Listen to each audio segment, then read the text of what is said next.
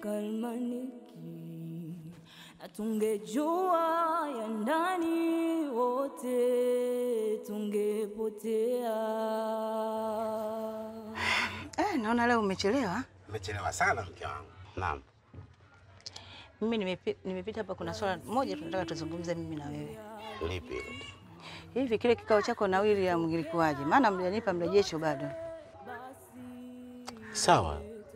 Mimi nimefika kwa William. Na nimeongea naye sana William. Lakini William ni mbishi. Mbaya mno. Hataki anielewe. Sikupata jibu lolote. Tatizo linakuja hivi. William anang'ang'ania kumpa talaka binti yetu. Yule binti mpaka sasa hivi mimi simuelewelewi. Inaonyesha kabisa yule binti ni mjamzito. Hivi si aibu hii ya mwaka jamani? Najua mke wangu nilishakwambia muda mrefu sana. Swala talaka mimi nilikataa toka kipindi. Hivi unajisikiaje kama William atapotoa talaka? Jamii itatuelewaje? Tutakuwa tumemlea katika mazingira bora na mama lea mtoto tumemlea katika mazingira ya kuolewa na kuachwa. Nini maana yake? Kwa kweli mume wangu mimi kwa kweli swala linaniumiza kichwa sana yani. Yaani linanikosesha usingizi yani. Kitoto chenyewe ndio kile kimoja. Hapo bado tunasumbuana jamani. Sasa mimi nimefikiria hivi. Kwa sababu mimi hapa natoka naenda Vikoba. Naenda kule Vikoba kule, nikishatoka kule nikipata muda. Yaani nikipata muda naomba nipitie kwa William. Niende nikazungumze naye. Huenda nitapata majibu mazuri. Basi sawa. Wewe unaenda kuongea naye William? Ndio. Basi wewe nenda kwenye Vikoba huko, nenda kamsikilize. Labda atakuwa jambo lingine la kuongezea katika kichwa chake, aje akakwambia. Nimekuelewa. Basi sawa, mimi naenda Vikoba. Nikishatoka Vikoba, kama muda utaruhusu nitapitia kwa William nende kazungumze naye. Kazungumza na William? Sawa. Haya, ndizi usisahau kurudi nazo. Mke wangu unapenda ndizi kama nyani. Ndizi ndio unataka ngumu au laini? Yoyote ile. Na zingine ngumu, lakini takuletea laini kwa sababu mke wangu. Haisisha kwa shida.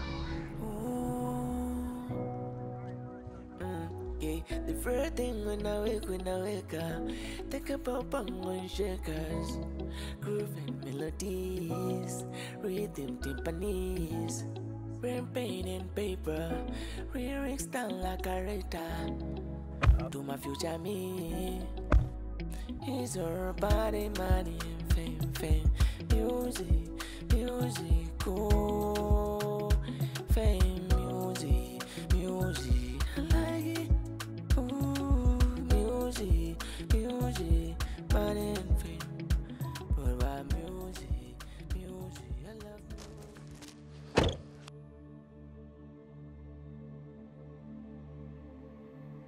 Mambo. Poa, mambo vipi?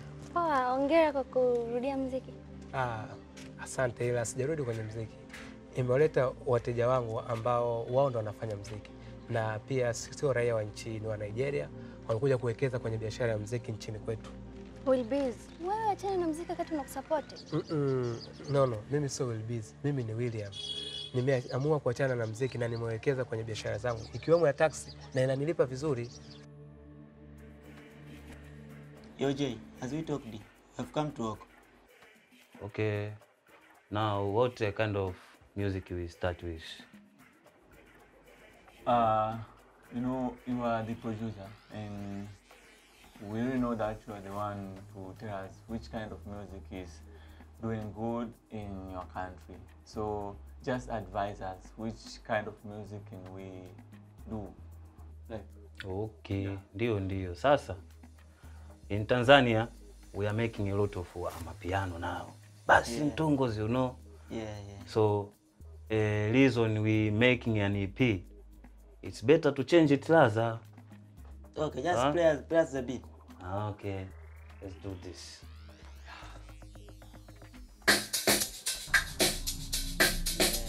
You hear that? You listen? Yeah. That is good sound.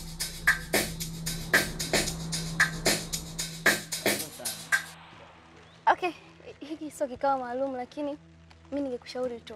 muziki ungekupa hela nyingi sana sana sana. Na mimi nimekubali kukusupport. Na unajua kuimba, una talent, why uachane na muziki? Okay, sawa. Asante, lakini sihitaji ushauri wako na sitautumia. Unajua nachoka kukushauri, lakini sawa. Namba yangu ya simu unayo. Utakapojisikia kurudi kwenye muziki na kuona muziki unakufaa, mimi nipo. Na pia mbona nakuona kama hauna furaha? Mke wako akupi furaha? Nilimoa mke wangu kwa sababu yeye ndo mwanamke pekee anayenipa furaha na si mwanamke mwingine. Sawa. Uwe na siku njema.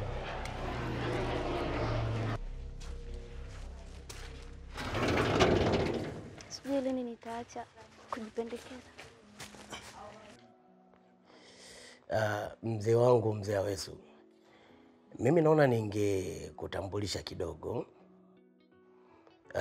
Anaitwa Director Kisi. Ni director mkubwa sana hapa nchini. Amefanya kazi na wasanii wengi mbalimbali. Wengi sana maarufu. Especially hao akina Zuchu, Nasibu almaarufu Diamond. Amefanya kazi nyingi sana, video nyingi ameshuti. Nimeamua nikukutanisha naye leo. Kuna madini kidogo atakupatia kuhusu muziki. Mimi nashukuru sana kukufahamu. Mimi naitwa Aweso. Ni maarufu sana hapa. Kiukweli mimi shughuli zangu hazifanani kabisa na mambo ya muziki. Na sikuwahi kufikiria kwa siku moja nitaingia kwenye mambo ya muziki. Lakini kiuhalisia ni kwamba nafanya hivi kwa ajili ya binti yangu Mwali. Nampenda sana binti yangu. Na binti yangu anapenda muziki. Anapenda muziki na anaamini muziki ndio utamfikisha sehemu fulani. Sasa nimewaza nikaona ni lazima nimsupport. Kwa kuwa mimi sifahamu chochote kuhusiana na haya mambo ya muziki, naamini nyinyi mtaniongoza katika hilo. Kweli? Kwanza nimefurahi sana kufahamu. Vipi? Yule mheshimiwa waziri ni ndugu yako? Waziri Aweso? Yeah. Ni ndugu yangu kabisa, tunatoka wote Pangani. Basi tukirudi kwenye upande wa muziki, sasa kufanya video, kwanza itabidi nisikilize nyimbo yenyewe jinsi ilivyo, ili niweze kujua naweza kufanya video ya namna gani. Lakini kwanza nikuulize, video unataka ambayo ni ndogo ama unataka tufanye video ambayo ni kubwa?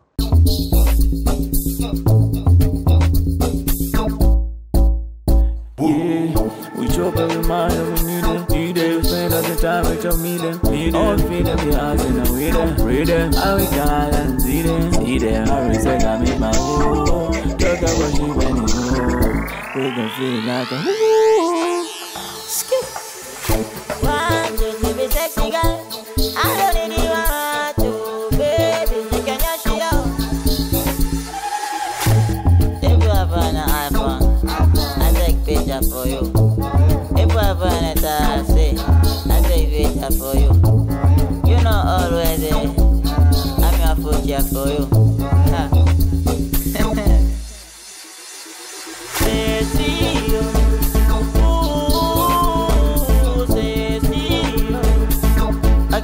Yo, my man. Yo. This song is very hit, man. So fucking good. It's hit. Yeah, man. Yeah, man. That is big hit. Meua. You did well, man. Yeah. Yeah, this is good, well, man. It's oh, hit boy. song. Let's go, man. Let's go. So, let's go. Go check you. Next time, bro. Next time. Tumemaliza. Tumemaliza. Ukurasa ndo kwanza unaanza. Binafsi nataka iwe kubwa. Iwe kubwa kama unavyoziona hizo nyingine zinazosifiwa. Tufanye kila kitu katika hiyo video ili hiyo video iende mbali. Basi lakini takiwa kufahamu kwamba video kubwa kidogo zina gharama. Kuhusiana na swala la budget, mimi niko vizuri. What about budget? Kwa sababu nataka kifanyike kitu kizuri. Kuhusu swala la budget, wewe usijali. Nipe quotation zako, vitu ambavyo unahitaji katika hilo. Alafu mimi nitahakikisha nafanya tu. Sawa. Basi mimi niombe unipe muda. nisikilize nyimbo yenyewe jinsi ilivyo, niweze kuangalia ni vitu gani ambavyo vinatakiwa kwenye hiyo video. Baada ya hapo nitakuandalia quotation ambayo itakuwa imechambua kila kitu ambacho kinahitajika ili tuweze kukamilisha hiyo video. Basi ni sawa. Mimi nashukuru sana. Okay, shukrani sana. Karibu. Kijana. Hawa ni panzi? Hapana, sio panzi. Hawa ni senene. Sisi kwetu Tanga hatuli vitu, tunakula samaki tu. Nashukuru sana vijana kwa kweli. Sawa sawa. Haya, asante bwana. Shukrani sana. Mimi naomba niwaache. Nina mambo kadhaa hivi naenda kuyafanya. Yo. What's up, bro? Vipi? Yeah, no, I'm back. I just wanted to ask if that girl which I see here before, if she's your girlfriend or an artist. I just want to know. Oh, Chumba. Yeah. Chumba. Yeah, that girl. She's not my girlfriend. Okay. Yeah. And she's not artist pia. Yeah. But lakini she know a biggest broadcasters, TikTokers, and she know a female artist who she want to meet us. Anaitwa So. Okay. So, The yeah. artist. Yeah. Okay. But bro, you know, let me go straight to the point. Like, I just wanted her number. You know, I kind of like fall in love. She's beautiful. You know? Oh, for real, kweli. Can I have her number? You need her number? Yeah. No problem, no tatizo.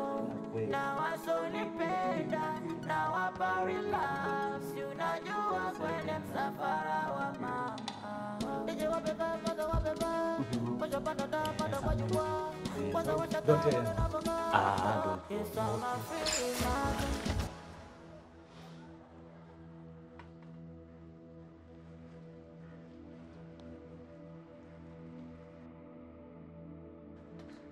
Bora umefika na kusikiliza. Yaani nyimbo haijatoka umeshaanza kuota mapembe. Hivi utafanikiwa kweli wewe? Hivi Lameki, kwa unaofikiria kwa mzee Aweso mimi ningetokaje? Hivi unajua kama nipo chini ya wazazi mimi. Hivi wewe muziki utauweza kweli? Sikia wewe demu. Mimi nakusaidia tu. Si unanielewa? Alafu ngoja nikwambie kitu. Ninachotaka kukifanya sasa hivi. Naenda kwa Bigi, naifuta na nyimbo yenyewe. Yaani naifuta kabisa. Unachokiongea unakijua? Au unaropoka? Unakijua? Hivi unajiamini nini wewe? Subiri.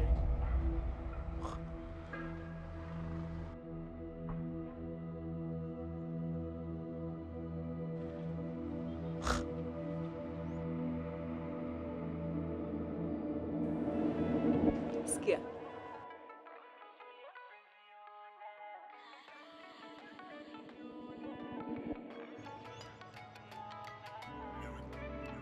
Yaani Bigi amekupa nyimbo bila liza yangu? Una jingine? Au ndio hivyo bango shafanya mambo. There's no way. Oya. Nyie si mnajifanya wajanja? Nitakuonyesha.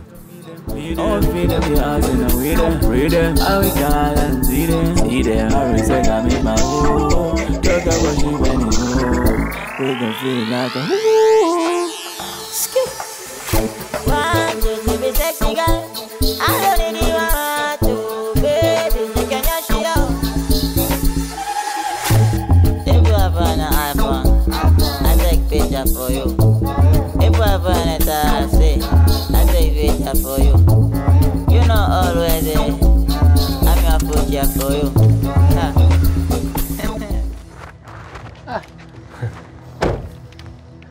Mamangu huyo. Tumewavamia. Shikamoo. Marahaba mwanangu, kwema? Kwema tu. Karibu. Asante, naona nimekuvamia.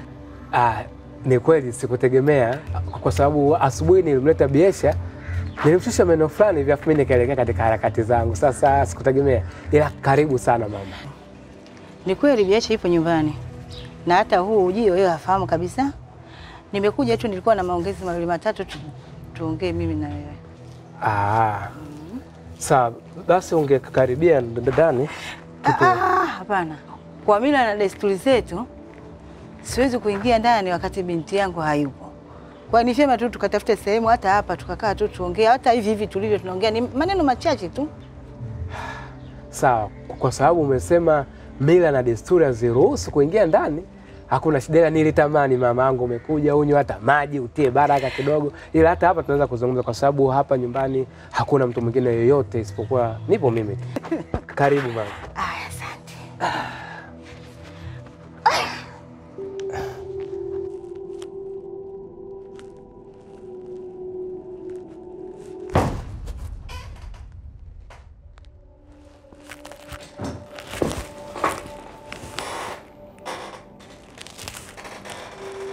Why? Hivi Bigi unanichukuliaje mimi?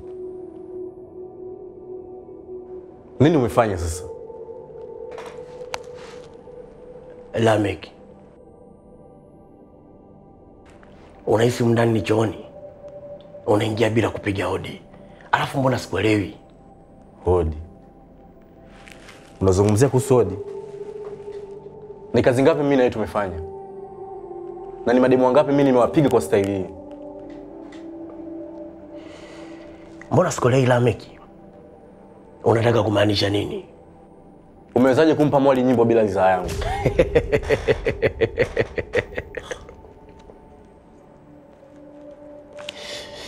Unanifurahisha Lamek. Nimewezaje kumpa Mwali nyimbo bila ridhaa yako? Cause of money. Mimi niko hapa kwa ajili ya pesa bro. Yoyote atakayetaka kuja kufanya dili na mimi nitafanya hivyo. Na mama, hapa tunaweza tukazungumza vizuri tu. Kwanza mwanangu, naomba unisamehe sana kwa ile ambalo unataka kuongea. Sawa mama, kuwa huru tu. Hivi wewe na mke wako mna matatizo gani? Hatuna tatizo mama wangu, tupo sawa kabisa yani. Namshukuru Mwenyezi Mungu ameweka amani kwenye ndoa yetu. Ni kweli babangu?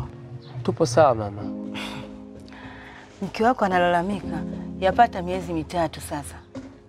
Hata lile tendo la ndoa humpatii. Sasa kuna haki ya ndoa kweli hapo? Alafu bado babangu ananiambia hamna tatizo kweli? Mama, samani sana na kuheshimu. Kama ulivyosema maadili yako hayakuruhusu kuingia ndani kwa mkweo ikiwa binti yako hayupo. Nami ndivyo hivyo hivyo. Sistahili kulizungumzia hili na wewe. Ndiyo maana nilikuomba msamaha. Kabla ya yote nilipofika tu hapa nilikuomba msamaha mwanangu. Hili sipasi kuliongea mimi kama mzazi. Naomba unisamehe. Imenibidi ndio maana nikaliongea. Mama, hatuna tatizo. Sawa? Mimi naomba tu uende, kama kutakuwa kuna issue nitaongea na baba. Baba tena? Maana yeye analalamika miezi 3 hamjakutana. Alafu naona kabisa kuna dalili ya Mama, ningekuruhusu tu uende kwa sababu nimerudi kidogo, nahitaji kuna shughuli nifanye fu nitoke tena. Kwa hiyo samahani sana. Sawa mamangu, safari njema.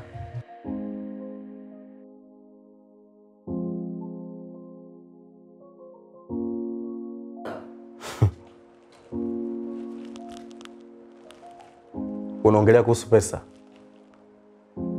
Yule demu anapata wapi pesa ya kukupa wewe? Sasa nataka kukuambia kitu kimoja. Yule demu nyumbani kwao haruhusiwi wala hawataki kusikia kitu chochote kuhusu yule demu kufanya muziki. Pesa ya kukupa wewe anapata wapi? Lakini kuna kitu ulikuwa hujui ndugu yangu. Alikuja babake hapa kama mwekezaji kwenye mambo ya muziki. Na nilimsikilizisha baadhi ya ngoma zangu. Baada ya kuzisikiliza zile ngoma, akagundua kuwa kuna ngoma ya binti yake. Ndo akataka kuweka pesa. Na hata hivyo, leo alikuja director Kisi hapa pamoja na babake. Tulikuwa tuna discussion kwa ajili ya kufanya video. Unahisi mimi ningefanya aje ndugu yangu?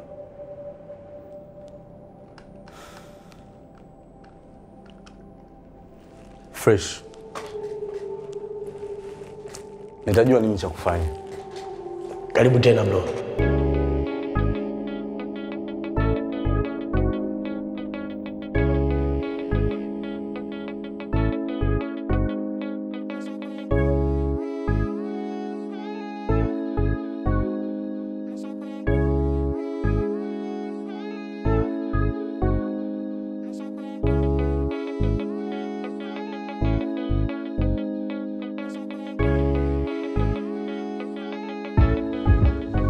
Biesha.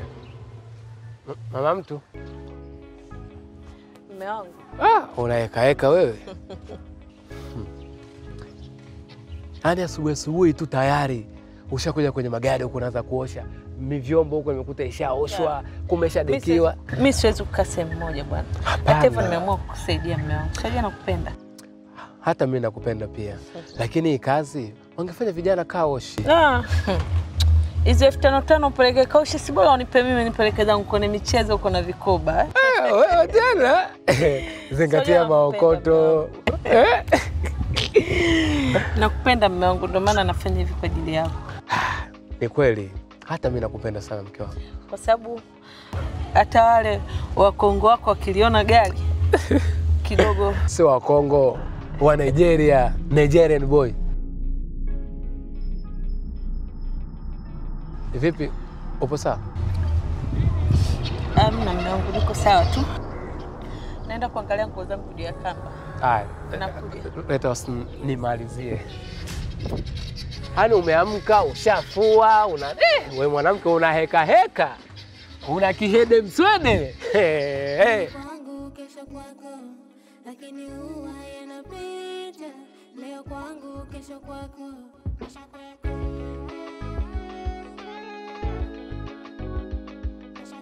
Afadhali dada, nimekuona hapa. Habari yako dada? Salama. Uko poa eh? Niko poa. Si wewe? Mimi niko poa. Sasa dada, Abe. kuna jamaa nilikuwa namtafuta ni tolu hivi tolu, yani tolu kishenzi yani. Hapana, kwani uliambiwa anakaa huko? Dada yake alinipa location nimtafutie maeneo haya.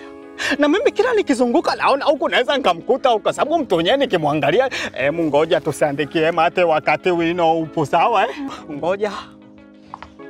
Umemuona huyu? Ngoja nikuzimie. Huyu hujamfahamu huyu? Hapana, hiyo sura sijui kabisa. Kweli eh? Hapana. Sasa nitaala wapi? Pole. Siku ya 3 leo namtafuta huyu jamaa sijamuona. Endelea kumtafuta utampata. Nitampata. Huku kuna njia huku? Nipo. Haya, asante dada. Haya. Mtoto suka olewa huyu.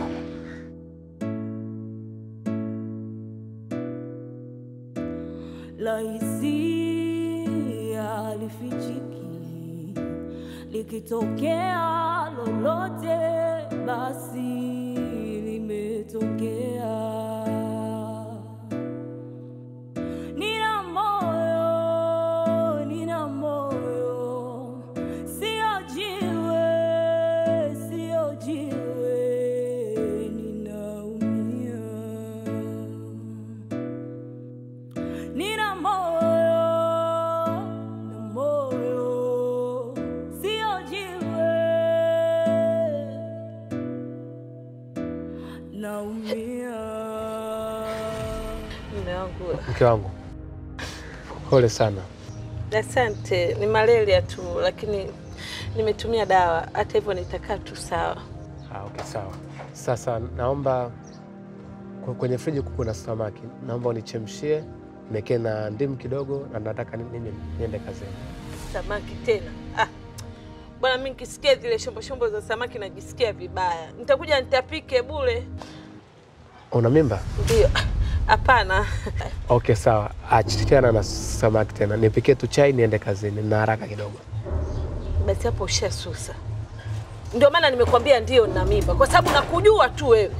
Yaani jambo sio jambo ushalibeba. Achana na samaki, sitaki. Nipatie chai niende kazini. Basi maisha nitakupikia iko unachokitaka. Yaani wewe mwanaume kitu kidogo tu ushapani, yaani kitu kidogo ushavula. Mimi unanichosha bwana.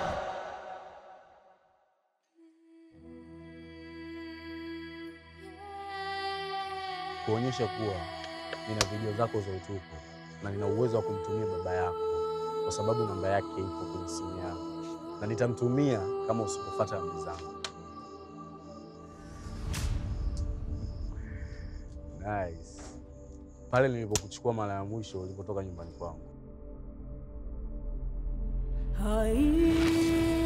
Kalmani, na tungejua ya ndani wote tungepotea. Lamek, nini lengo lako lakini? Mimi sishamalizana. Nini unataka?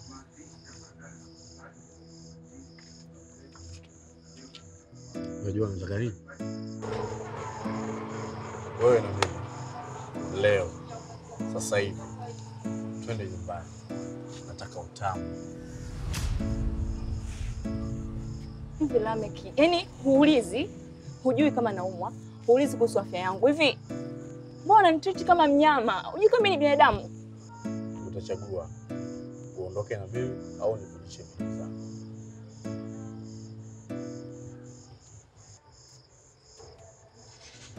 Na hii namba ni nani? Si namba ya Ray, nifanye nini? Wewe tulia kama dakika 5. Alafu utachagua unaondoka ama nisikilize. Siendi na wewe. Narudi nyumbani. Siwezi kuwa mtumwa wa mapenzi. Kama unaenda nenda kufanya chochote kile. Yaani wewe ukifanikiwa mimi sio Labi. Kenge wewe.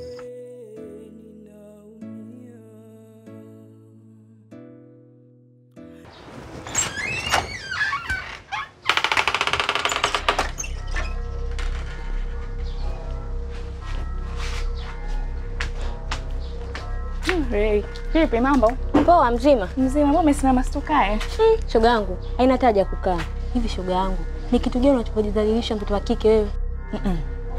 Nimejidhalilisha mimi. Shoga yangu, nimeona video yako ya ngono, nimeiona yote.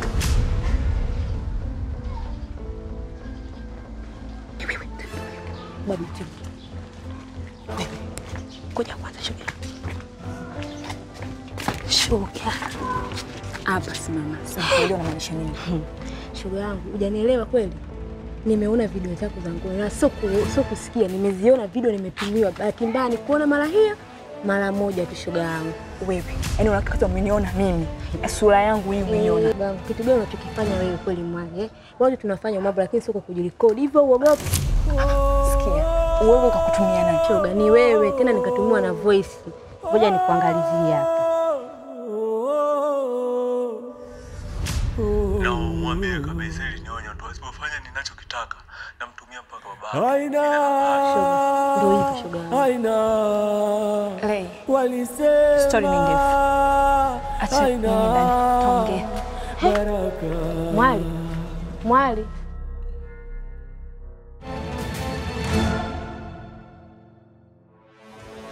Mama. Bro. Wewe aimu niache bwana. Wewe unanifahamu mimi? Umelipa. Unataka libasi? Unataka usema libasi? I'm so sorry bro. I think he is a crazy. Oh, mzee. Okay, miss. Oh, mzee. Naomba uondoke. Hao wajui, hawa ni wa Nigeria. Sawa? Hapa sio nchini kwao, usijitafutie matatizo, nenda. Wewe usinifanye mimi kama boge mtazoni boy. Shimboni shavu. Shimboni. Sio wa Tanzania bro. Unafananisha watu. Plaza. Mimi sio chesi wewe. Mamake ametoa pesa nije nimtafuta Dar es Salaam hapa amepotea kule kitambo tu. Wewe. Unafanya mimi simfahamu yule. Sema bwana hao wajui. Mbona unazikuwa wewe? Sasa. Shayona nikataa. Ngoja wewe. Shayona nikataa. Nitakuokotea kijiwe. Mama wewe.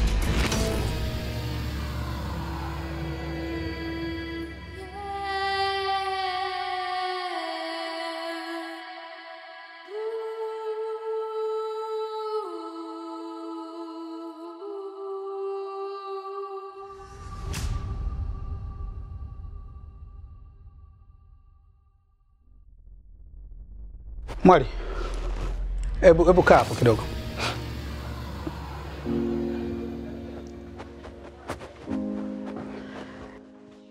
Nina taarifa njema kwako.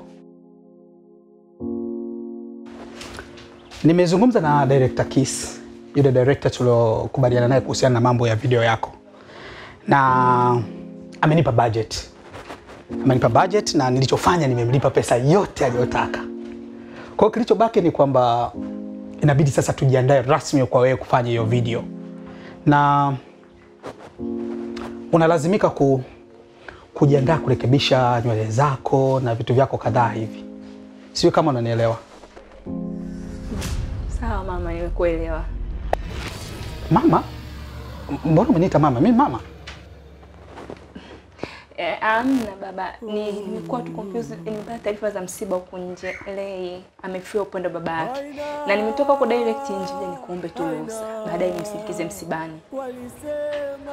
Pole sana na msiba. Unajua ulivyoingia tu, nilivyokutazama tu mara moja nilihisi hauko sawa.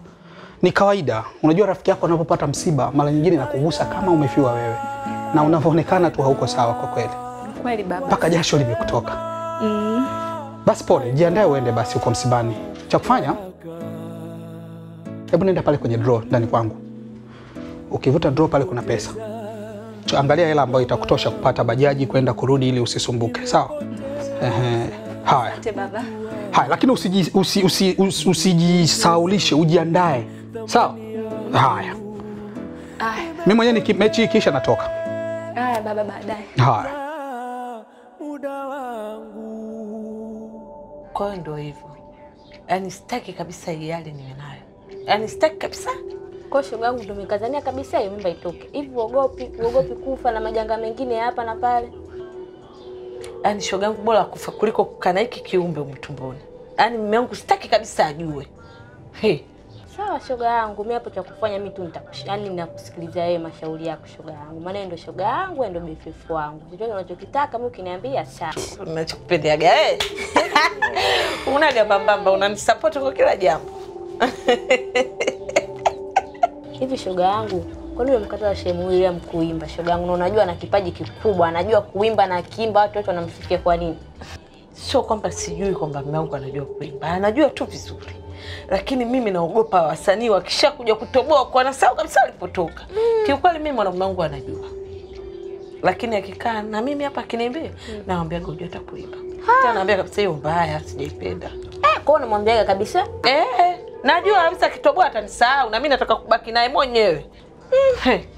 Kama shoga yangu unachokiongea hicho kweli, hawa wasanii hawa wa sasa hivi hawa. Yaani wanatoka huko chini kabisa, lakini wakishafika level za juu wanasahau kila kitu. Alafu shoga yangu utanipeleka kwenye duka la madawa. Shoga yangu hilo, yani usijali. Hata ukitaka uniagiza mimi niende nikuletee shoga yangu, naenda. Hiyo habari ya kuniletea hapana. Hilo jambo nataka niende mimi mwenyewe. Maana nataka mume wangu asijue chochote kinachoendelea. Mimi hiyo issue nataka nikaitumie kwako. So na kweli shoga yangu huwezi kulala ndani, maana utagundulika. Cha kufanya shoga yangu, beba vinguo vyako vidogo vidogo, kama una vile vya vipedi, twende huko mzigo kaporochoke. Maana tunafanya ni dhambi. Mambo haya yataketea haraka. Ngoja baba akirudi nimpange.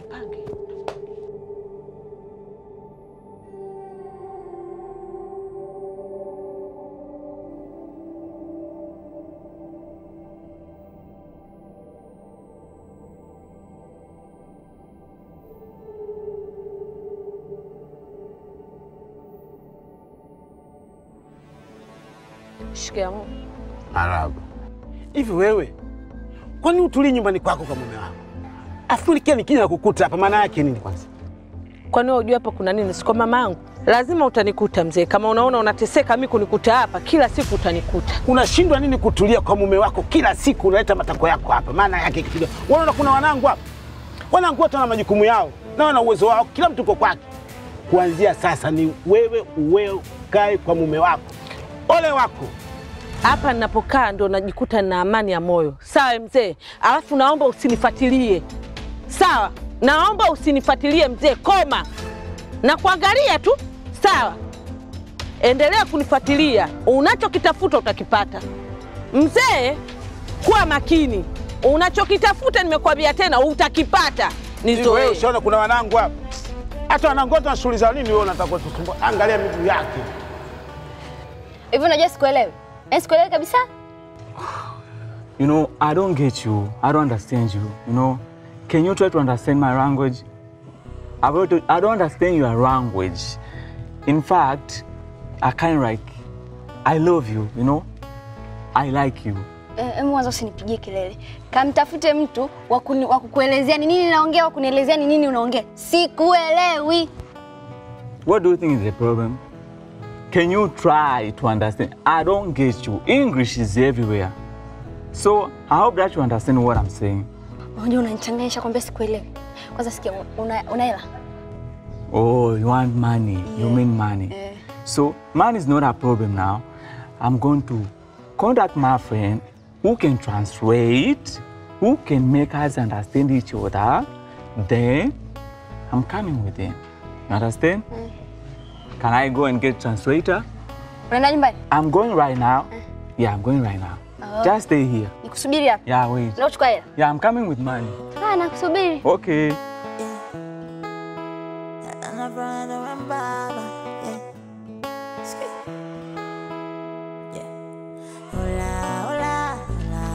Vipi wewe, mbona vimacho kodokodo, nini shida? Wewe naye kwa madanga. Wewe unasema unampenda Wilson. Kwani yule unamjua? Hapana. Yule ni Mnigeria, amekuja, kuna kazi kwa tunafanya hapa. Sawa, ametimiza hazina yake lakini tumefanikiwa. Kweli, msije mkama mmetoa boko. Amna, ni kama ulivyoagiza. Yule nesi kampa vidonge vile vile. Hapo basi mmetisha, maana sipendi kuua viumbe ambao wanatia. Sawa, sasa hapa nafikiri tuondoke kwa sababu nataka baadaye nirudi kwa Biesha. Mimi kuna mtu anamsubiri. Haya, kweli. Au twende tu. Mambo Lameki.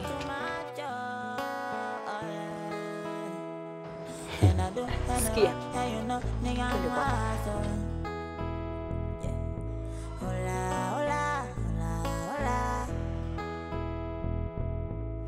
Kwa hiyo umeamua kutii sheria bila shuruti?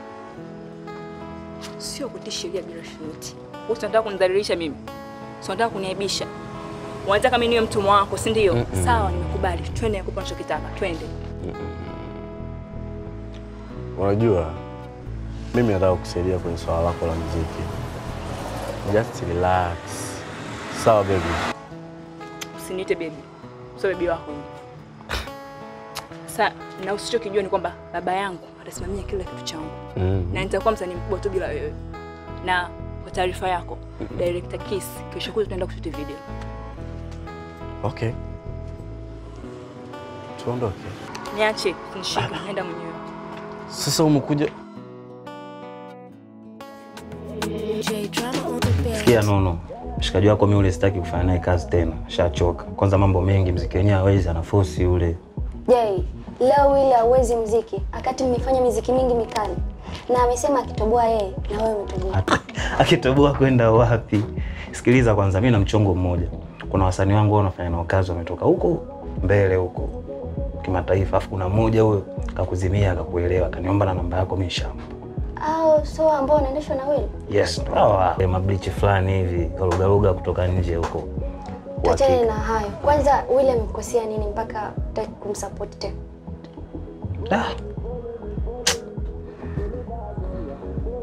Lakini mimi nafikiri ni msukumo wa mke wake, ndio maana alikataa kufanya muziki. Maybe unajua masuala ya mapenzi tena, lakini ana kipaji sana, tumsupport. Niamini.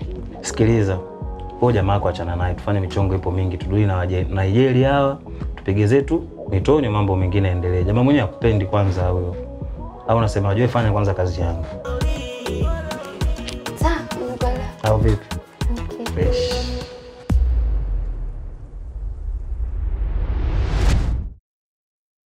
Mwenda. Enda nyumbani. Unataka nini? Nenda bafuni kwanza ukaoge. Kwa kipi ambacho nimekifanya hapa kimenifurahisha mpaka nikaoga? Kwa kitu gani ambacho nimekufurahia hapa? Alafu Lameki, kuna kitu nataka niulize. Karibu. No, siite mimi mpenzi wako. Sio mpenzi wako. Hivi utaendelea kunyanyasa mpaka lini kwa video ambazo nimezirekodi kwa mapenzi yangu mimi mwenyewe ili wewe uridhike? Mpaka nitaendelea kunyanyasa.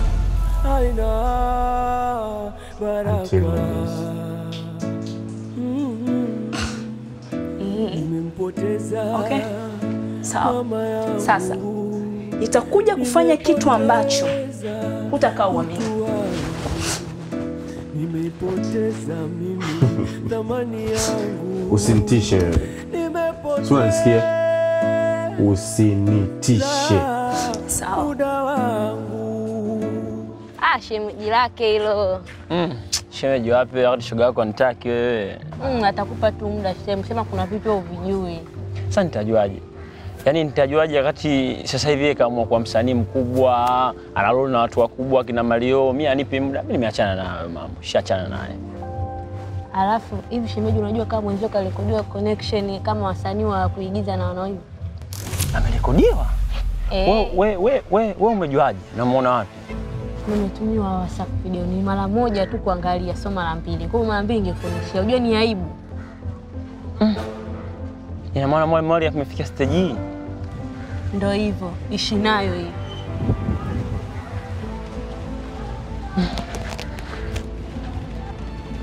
Nafikiri kazi yako inafanya vile unataka. No. Asante sana. Nashukuru. Okay. Lakini nini lengo lako hasa? Nikuulize swali. Ina maana unafurahia mtu anapotoa mimba? Siwezi kufurahia kucheza kiumbe ambacho hakina makosa. Of course. Na hilo ndilo lengo langu. Lakini tu nikuombe, endelea kunisupport, usinichoke. Mimi nilishakuahidi kukusupport kuanzia mwanzo mpaka sasa na nitaendelea kukusupport, so usijali. Karibu muda wote unaojisikia. Feel you at home. No. Umekuwa mtu bora sana kwangu. Asante kwa kunisupport. Mwenyezi Mungu akujalie moyo huo. Usijali. Wewe ni mwanamke bora. Hope Mwenyezi Mungu atakujalia utapata mtu bora. Amen. Kikao hiki kisiwe kirefu sana. Mimi naomba nichukue fursa hii adhimu kukuaga. Ubaki salama, wasalimiwa hapa hapa. Karibu sana, nimefurahi. Utawasalimia?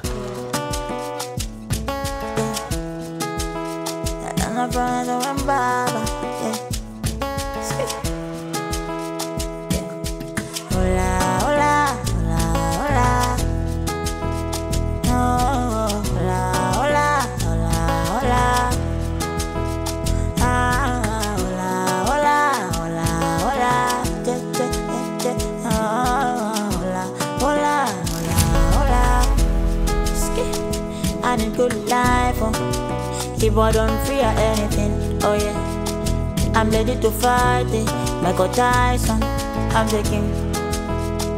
I'm looking for money, more shillings.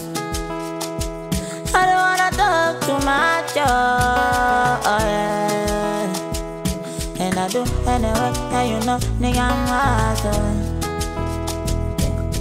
Hola, hola, hola, hola.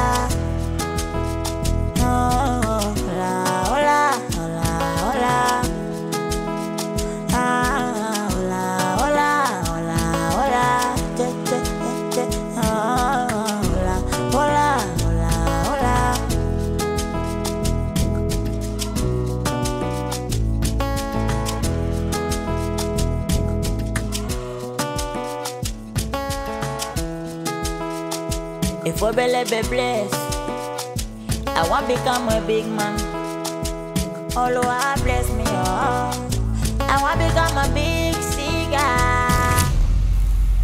Kwanza nashukuru sana kwa kuniheshimu kwa kiwango hiki na mmefika, na pamoja na yote tuliozungumza, Director Kisi, mimi nimekubaliana kabisa na quotation zako zote ulizoziweka kwenye hii video. Najua umeweka hizi kwa ajili ya kutaka ubora. Na lengo langu mimi kimsingi kabisa, nataka hii video iende mbali sana. Izidi video zote zinazoonekana kwenye hayo matelevisheni yao. Sijui kama unanielewa. Na ndio maana nimekubaliana na kila kitu. Kilichobaki hapa ni kuangalia tu lini tunashoot. Na nataka kufanya kila kitu kiende sawa mpaka Jumamosi au Jumapili. Tushuti. Okay. Mimi nafikiri kikubwa sasa ninachokitaka mimi. Ndio. Kwanza nakupa muda. Kuanzia mchana huu mpaka usiku. Unipe siku maalum. Ni siku gani ambayo unataka tufanye hiyo kazi? Kwa sababu nataka nipange ratiba zangu vizuri ili nihakikishe sina kazi nyingine yoyote ile zaidi ya kazi hii. Sawa. Mimi nadhani ni kwa sababu tu Mwali ametoka kidogo hapa. Angekuepo yeye mwenyewe angetuambia kati ya Jumamosi ama Jumapili ni lini tungeshuti, kwa sababu hata mimi kama nilivyosema sitaki wiki ipite. Hiki kitu kimeniingia, yani kikweli natamani mimi mwenyewe kukaa na itazama hiyo video. Unaona sasa huyu hapa amepika. Imekuwa bahati. Mwali. Maraba. Cause I'm from the ghetto, nobody know me. I'm playing like a champion, champion in King Kong. Hola, hola, hola, hola. Oh, hola, hola, hola, hola. Ah, hola, hola, hola, hola. Che, che, che, ah, hola, hola, hola, hola.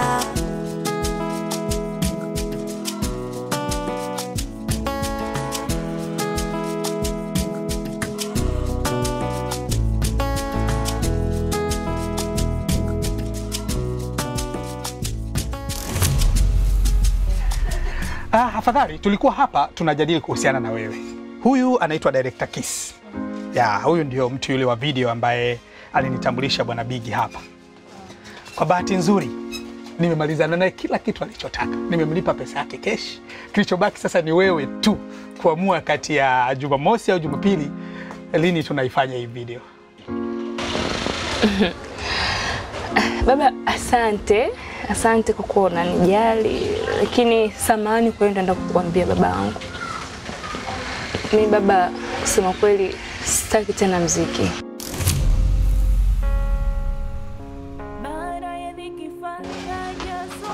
Unamaanisha nini? Nimegairi masuala ya muziki, sitaki na hiyo video sitafanya. Mwali, tizama. Watu wazima wamekaa kikao kwa ajili yako. Unasema utaki muziki. Hii imekaje? Nieleweni, yani sitamani kufanya tena huo muziki na sitaki kufanya na sitafanya. Hapana, ile haliwezekani. Lazima tufanye hii video. Sina sitaki tena muziki, yani sitaki kufanya tena muziki. Sitaki habari za muziki. Nimegairi hiyo video sitafanya. Uwe mwali. Lakini mzee wangu, tembo hawezi kushindwa na mkonga wake.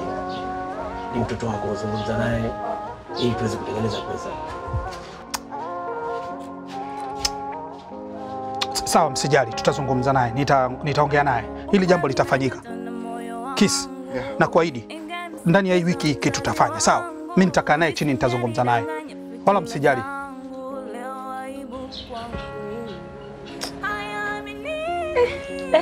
Shoga yangu, niambie. Umeniogopesha na simu yako. Acha tu.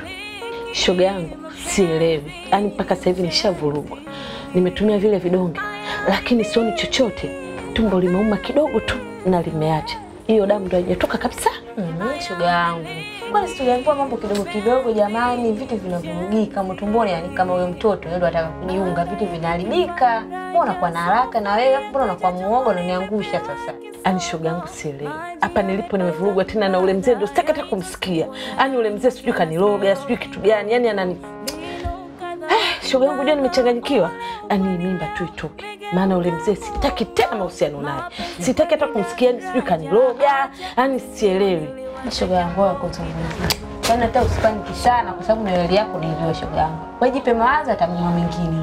Kwa hiyo relax shoga yangu. Yataisha tu hayo unaona.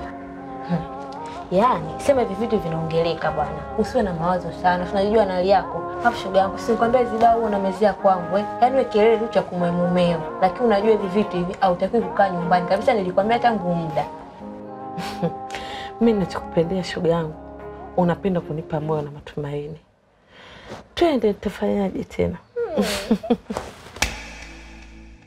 Okoye, nowadays you start and go out without me.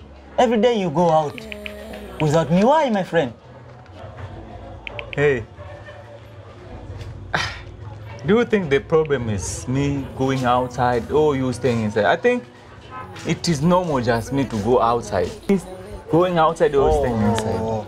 We're starting to brand ourselves. We are musicians now. People see you murmuring around in the street like a bad dog. That is not a good behavior, my friend. Bro, have you forgotten that we are new here? This is not our environment. I have to go and check around. I have to move. I have to enjoy the street, you know? Oh. This is normal, bro. Okay, we are musicians. We just try to brand ourselves, man. Okay, live your life. Live your life. Bro, let's talk about serious issue, bro. Let's talk about that. Mke wangu. Yes, mume wangu. Imekaa nikawaza nikaona si vyema hivi tunavyoishi. Sisi ni watu wazima, tunaishi kwenye maugomvi. Hata malaika wa heri wanashindwa kutembelea nyumba yetu. Kwa hiyo rasmi, mimi naomba tumalize tofauti zetu, maisha yaendelee. Mume wangu, asante sana, na kwa kweli namshukuru sana Mungu, maana ni kitu ambacho nilikuwa nakitamani kitokee muda wote, saa yoyote. Kiukweli nimepitia kipindi kigumu sana. Wakati ule unaniacha peke yangu kitandani, wewe unaenda kulala kwenye gari. Kiukweli nilikuwa najisikia vibaya. Nimefurahi sana kwa kweli. Asante pia mke wangu, lakini kwa kuthibitishia hilo, nataka niende nyumbani kwa mzee Maliwata na mama, nikawaalike wikendi moja waje, mchana tule, baadaye tutoke twende sehemu ambayo watakunywa, yani tuenjoy, tufungue ukurasa mpya wa maisha yetu, yani kama ndo na kuoa. Chumba wewe. Mume wangu bwana. Kiukweli wazazi watafurahi sana. Sawa, sasa nafikiria nikuletea zawadi gani ambayo utafurahi mwenyewe yani. Baby. Hivi mama kwa haraka ukiniangalia mimi nahitaji nini kutoka kwako? Sitaki chochote. Nakutaka wewe tushinde wote. Kuanzia asubuhi mpaka usiku tufungiane tu ndani. Maana ni kitu ambacho nimekitamani muda mrefu na nilikuwa nakisubiri pia. Sasa wewe umesema, mimi nasemaje? Limeisha hiyo. Asante baby. Nimetokea wapi tena huku? Ili si balaa hili. Mama. Ili balaa si polini huku.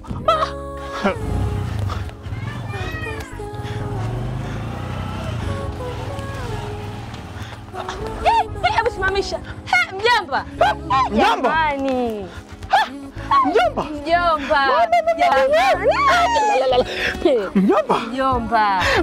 Mbona umependeza, umenawili kishenzi? Wakati wewe ndo umependeza hapo. Mimi nimekwesa mboye. Hujapata mke kweli mjini? Mke sijapata bwana. Sasa mtoto wangu ananichanganya huyu. Umosmo. Yaani Umosmo nimekutana naye na wenzake, anajifanya ajui Kiswahili, anaongea Kiingereza. Mimi kanichanganya. Hata mimi nilimuona ili kama namfananisha, kwa sababu kweli hajui kuongea Kiswahili, hajui kabisa, hajui. Usinifanye na mimi nikaona namfananisha. Lakini mbona ameweka vile vidude vile? Sio na vihitaji vile. Kama viblichi. Sasa mimi navijua mjomba. Sasa mbona anatuchanganya? Yaani wewe acha. Sasa mjomba, wewe kudao umefikia kwa nani? Mimi nimepaka kagesti kamoja hapa bondeni hapa. Kana kunguni. Yaani ndio nalala huko vyumba vya wageni mjomba. Sasa nitafanyaje? Sina zile hela 7,700 za kila siku, 10,000 zile. Si unajua dada yangu kanipa hela ndogo. Sasa mjomba, mimi nilikuwa naelekea hivi lakini sikai mbali. Nakaa hapo kona, sasa cha kufanya. Twende hivi, alafu nikupeleke napokaa, alafu tufanye utaratibu wa kumtafuta. Unajua mimi bado nampenda mume wangu. Basi haina shida kwa sababu mimi niko na ndalanda tu hapa. Twende hivi alafu utaratibu. Mjomba unipikie ugali. Sina siku ya 3 nakula kwa mantelia. Ana shemeji, shemeji mjomba. Nimechoka kula kwa ugali kwa mama ntelia mimi. Jamani. Wanapika vyakula vibichi. Hawajui kupika wale. Haya. Wewe.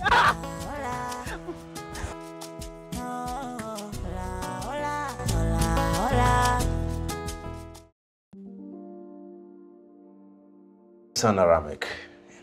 Ya kikubwa mimi ndo nimeitisha hiki kikao. Na kilichonifanya niitishe kikao sasa ndo nitakueleza. Kwanza labda nijitambulishe.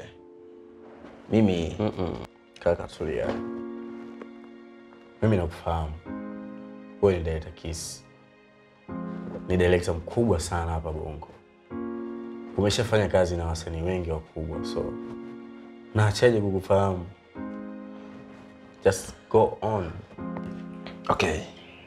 Nashukuru kwa hilo. Yeah. Kuna video nataka nifanye. Na msanii mmoja anaitwa Mwari. Lakini ghafla tu hapa wakati tukiwa katika mipango, kila kitu kimeshakaa sawa, mara anasema hataki kushuti. na kwenye kufuatilia kwangu kote nikaambiwa wewe ndio sababu. Sorry, sio kwamba nakucheka au vipi, hapana. Mara zote huwa namwambia Bigi, sisi ndo wakali wa hizi kazi. Ngoja nikwambie kitu kimoja. Yule dem mimi nimemweka hapa. Hawezi kufanya kazi inayohusu muziki au na msanii yoyote yule bila ridhaa yangu wala ruhusa yangu mimi. Sio, unanielewa? Kwani yule dem wewe umemfanya kitu gani? Kwa wazee wangu ni kama nilivyosema, mimi ni sehemu ya binadamu. Kama nilikosea na naombeni mnisamee na nina imani mmenisamee. Lakini pia nilikuwa naomba Jumapili, jamani, msikose, ni siku yangu ya mapumziko. Natamani nikae na familia yangu kwa sababu nyinyi ndio familia yangu. Tule pamoja, baada ya hapo tutatoka, tutaenda sehemu, tutaenjoy. Yaani baba na mama ni mke na mume na mimi na mke wangu ni mke na mume, tutaenda kuenjoy. Ila pia mama, hiyo siku nina surprise yako pia. Ya kwangu mimi tena? Ya kwako hiyo mama, utafika nyumbani pale kabla ya kutoka. Nitakuonesha afu baada yako tutatoka. Sawa. Mimi sina neno, nashukuru sana. Yaani kwa hili limeisha, kwa kweli hata mimi mwenyewe nashukuru. Yameisha hayo. Haya, sawa. Sawa mwanangu, nimekuelewa vizuri tu. Hiyo ndio ujua naume, mwanamume akae na neno moyoni. Mwanamume akilala kishaamka neno limeisha. Sawa. Asante mwanangu. Asante sana. Mama, nashukuru sana. Haya, sawa mwanangu. Kwa hili jamani. Ngoja tukawajibike. Sawa. Iko hivi, mambo yasiyo mengi. Yule dem bana, mimi nilimshoot video tukiwa tuna kuichi. Hapa nyuma kidogo yule dem alianza kuleta mieyusho. Na alianza kuwa na mizinguo baada ya producer Bigi kumpa nyimbo yake. Kwa hiyo mimi nilichoamua kukifanya, nilimtikisa kidogo. Nilianza na shoga yake. Nilituma video kwa shoga yake mmoja anaitwa Lali. Ile video sikumtumia kama video. Nilimtumia view once. Yeye anaangalia mara moja tu, hawezi kuangalia tena. Swala lingine kubwa kuliko, nilimtumia yule dem namba ya babake mzazi. Yaani nikimuonyesha kwamba na video yake ya ngono na na uwezo wa kumtumia babake. Kwa hiyo hapo dem akapoa. Ifo ya. Wewe mwanangu ni katili sana. Kweli kama ni figisu, wewe ni noma. Hebu kwanza tuione basi hiyo video. Hebu sorry. Mimi sioni haja ya kusikia kuangalia hizo video hapa bwana. Uko sure unataka kuangalia mwanamume mzio akiwa anagwijigwiji? Okay, fresh. So yes.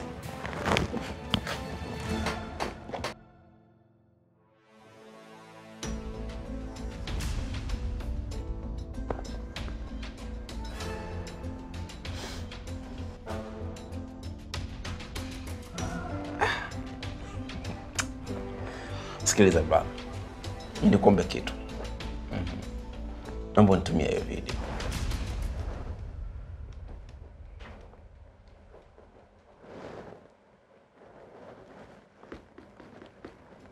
Pesa mezani.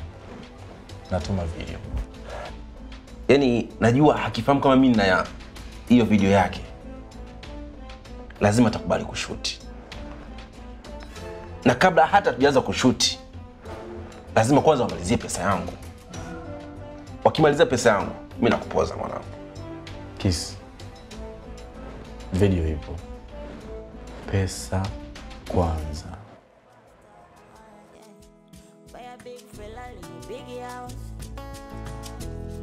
Cause I'm from the ghetto, nobody know me. I'm playing like a champion, champion in King Kong. Hola, hola, hola, hola. Oh, hola, hola, hola, hola. Ah, hola, hola, hola, hola. Ah, hola, hola, hola, hola.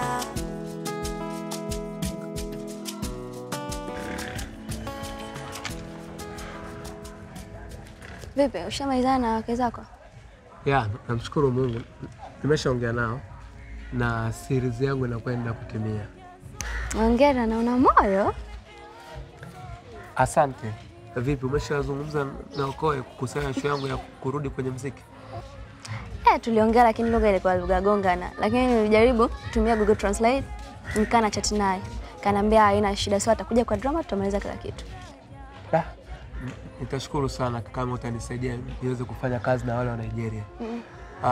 Nilikutana na kifungo cha mapenzi batili ambacho kikanifanya nisahau ndoto zangu. Lakini now nahitaji kurudi kwa miguu yote miwili. Na tumaini langu lipo kwako. Okay. Ushakuwa rafiki yangu, usijali. Okoye ananitaka. So kila nitakachomwambia na mimi nitafanya kwa sababu ananitaka. Kwa hiyo usijali katika hilo. Tashukuru sana. Na nadhani hata Mwenyezi Mungu kuwaleta wa Nigeria kwangu ni namna tu njia kunifanya nirudi kwenye muziki. Nikifanya nao dude goma moja likaenda. Plus na yale magoma yangu. Nafanya goma fulani vya challenge TikTok. Narudi mjini. Mama yangu vipi? Usijali, limeisha hilo rafiki yangu. Au sio? Yeah. Nashukuru sana. Usijali.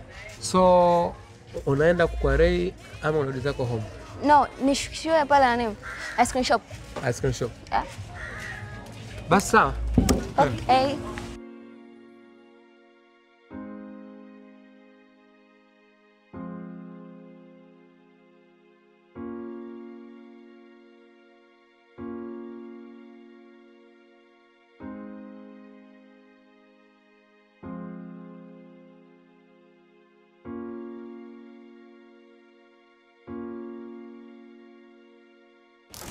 Wewe. Haya mjomba, sema sasa, huyo ni Onesmo au sio yeye? Mimi bado sijana. Kwa sababu wale washikaji wale nishakutana nao kule wakanikata makofi. Sasa na dereva yao ndo yule. Sasa mimi naona yule sio Onesmo. Jamani mjomba, ndo yeye. Kwani umjui kabisa mwana umjui? Mimi namjua yule mume wangu, ndo yeye. Kwa sababu Onesmo gani ajui Kiswahili, kila siku ninapokutana naye anajua Kiingereza. Sasa mimi hata nikimfuata nitaongea naye nini? Jamani, lakini mimi namjua hadi hoteli alofikia mjomba, mimi naijua. Kwani mimi ni nani? Mjomba. Mjomba ni nani? Mama. Sasa mimi mama yake nishakwambia yule sio Onesmo yule. Jamani, mimi namjua mume wangu jamani. Sasa kama yeye analala hotelini, ila amepata wapi kulala hotelini? Unafikiri Onesmo anaweza kulala hotelini? Unapotaka kuniambia Onesmo ana maisha mazuri? Ndiyo mjomba.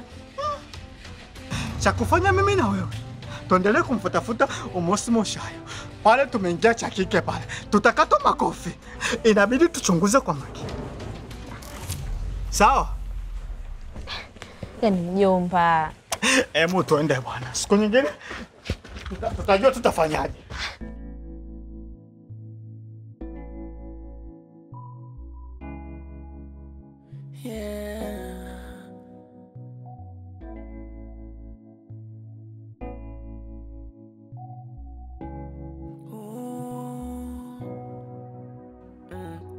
The first thing when I wake up, think about bang shakers, grooving melodies, rhythm timpanis, pen and paper. Asante. Mambo. Poa, niambie. Safi. Sikiliza Director Kiss. Mimi nimekuja kitu hiki kimoja tu. Naomba uniambie video zangu mzitoa wapi? Mali. Swali gani la kuniuliza? Kwanza unajua umezingua sana. Umekataa kushuti video na mimi. Alafu hata babako hataki kumalizia pesa yangu. Hivi unajua mimi na vipengele kibao vyangu ambavyo nataka nivimalizie. Okay, wewe video unataka kushuti nini? Video tushuti kesho kutwa. Lakini kesho nataka nimalizie pesa yangu kwanza. Sawa, haina shida. Hilo limeisha. Sasa nikwambie kitu. Naomba simu nifute video. Sio kirahisi hivyo Mwari. Mwanangu, mzigo wako huu hapa. Nipatie pesa yangu mimi nitembea. Wenyewe. Huo mzigo ndo wenyewe.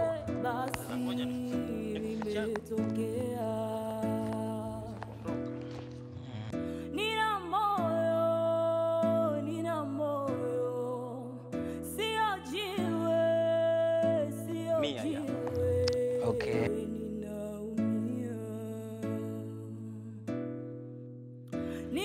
Basi baridi mwana. Haina shida mwana. Ndio yenyewe. Oh. Yaani kwa jinsi nilivyokuona yani katika video. Yaani mtoto mauno, yani unajua kwanza mwali umebarikiwa sana. Alafu na mimi kweli niache kweli tu hivi tufute tukirahisi mwali. Mchezeshe basi na mimi.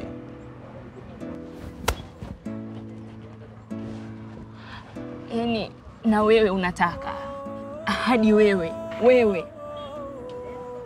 hii mtanitumia mpaka lini? Mpaka lini mtanitumia? Mbona mnakuwa mna ubinadamu? Yaani kwa video zangu mimi naona ndo chance ya kulala na mimi, si ndio? Nisikize mwali. Mimi nafikiri unanifahamu vizuri sana. Yaani unafahamu mitandao yangu jinsi ilivyo na watu wengi. Kwa hiyo kama nitaamua kuiachia mimi hii video itasambaa sehemu kubwa sana.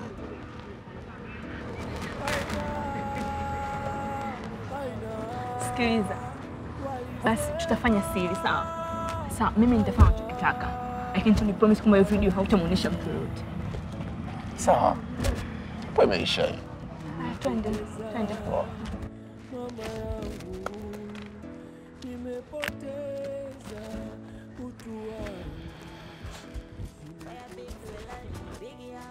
Hey. No. How are you? Are you okay? You know, this is the second time now. I really mean that I want to be in a relationship with you. Can you understand that? I really want to be with you. So can you make it happen, please? Bana wewe unanichangamisha kwambia kabisa. Sijui Kiingereza, unang'ang'ania nini? Fanya kazi nilokupa basi. Niache. No. Nisikilize, no. Nisikilize basi. Mimi Kiswahili nakielewa vizuri tu. Ukweli nakielewa vizuri tu. Yaani ni vile yani kuna mazingira yangu nayatengeza, lakini mimi niko nakuelewa vizuri tu. Nakupenda. Kwa unajua Kiswahili? Nakielewa vizuri tu. Sasa sikia. Wewe msaidie William kwenye muziki wake. Mimi nitakuofa penzi. Basi na sio mahusiano kwa sababu wewe ni taifa lingine tofauti na mimi. Sikia. Mimi uhalisia wangu kabisa mimi ni Mtanzania na jina langu halisi ni Onesmo Shayo. Masuala ya okoe na nini ni swala tu nilikuwa natengeneza namna na mimi ni mwenyeji wa Moshi. Kwa hiyo kama issue ni utaifa basi mimi ni Mtanzania mwenzako. Kwa hiyo nipe nafasi na kuomba tu naomba nafasi. Na kuhusu issue ya kumsupport William, mimi Ibo na mudu. Ibo yule pale na mudu na anazo hela za kutosha tu. Kwa hiyo mimi tukienda kwenye swala la kumsupport William, kuhusu William kufanya kazi na Ibo, mimi hilo limeshakamilika kabisa. Kwa hiyo usiliwaze. Yaani kikubwa usimwambie mtu yote kunihusu mimi. Tutengeneze mazingira tu. Okay. Sasa sikia. Timiza kwangu ni timiza kwako, okay? Hapo. Mwali. Nini wewe? Nini? Sikize. Unataka nini? Samahani, naomba tuongee kidogo. Samahani. Mimi nataka kukusaidia wewe. Yaani kwenye hizi swala la video linaloendelea, video yako mimi ninayo. Na nimeiona, lakini sasa nataka kukusaidia mwali. Kwa hiyo unataka kutumia video yangu, si ndio? Unataka kulala na mimi. Unataka kutumia video yangu ujiridhishe, si ndio? Ninachotaka kukusaidia, nataka kusaidia kitu kimoja. Kuna mtu ambaye anayo video. Huyo ndo anaisambaza kote na kwenye mitandao ya kijamii. Hiki ndio chanzo, nataka tukisolve hapa. Nataka kukusaidia, nielewe basi mwali. Please. Unajua wewe umetafuta mbinu zote umekuja na staili hiyo. Sasa sikiza nikwambie. Hiyo njoo ulokuja nayo. Na njoo ulokuja nayo, sitakwambia hivi, unikome. Mwisho ile kunifuatilia. Sitaki mazoea. Mwali. Lakini kinachonisumbua akili ni kwamba kwa nini natumia nguvu nyingi sana? Yaani nini kinanifanya mimi nitumie nguvu nyingi sana wakati yeye mwenyewe ndo alitushawishi kuhusu hilo. Umeona bwana?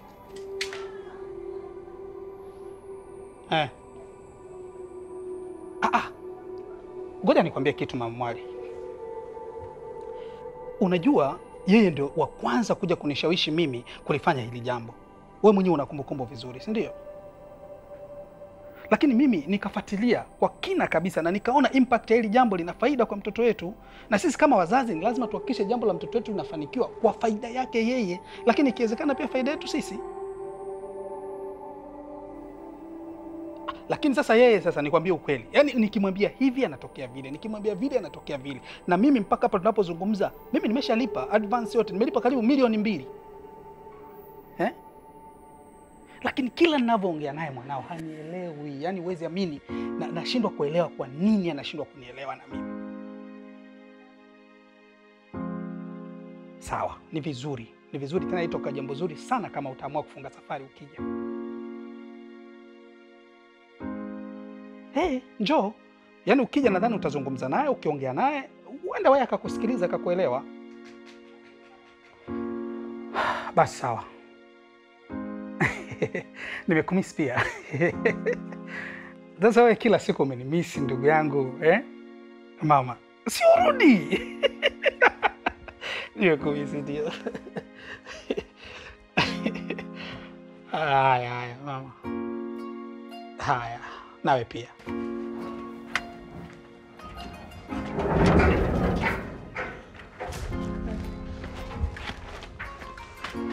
Kusaidia nini? Mambo. Poa, niambie.